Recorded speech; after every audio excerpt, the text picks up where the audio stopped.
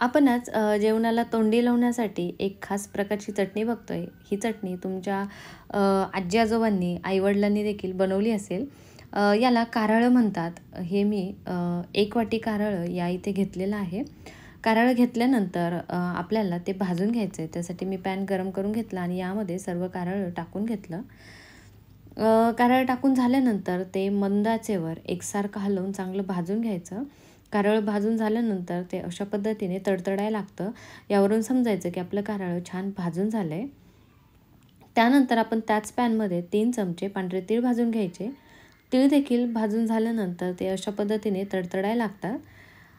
हे दोन्ही साहित्य आपलं छान भाजून झालं. आता आपण ते मिक्स करून घेऊयात. मी इथे कारळं आणि तीळ चांगलं मिक्स करून घेतलं आहे. आता आपल्याला यामध्ये लसूण घालायचा, लाल तिखट आणि चवीनुसार मीठ घालायचं आणि हे सर्व जिन्नस मिक्सरच्या भांड्यामध्ये काढून घ्यायचं. आपल्याला याची भरडसर अशी पूड करायची आहे. ज्याप्रमाणे आपण जवसाची चटणी करतो त्याच पद्धतीची आपल्याला याची चटणी बनवून घ्यायची. मी ते सर्व जिन्नस मिक्सरच्या भांड्यामध्ये काढून घेतला आणि याला आपण मिक्सरला फिरवून घेऊयात.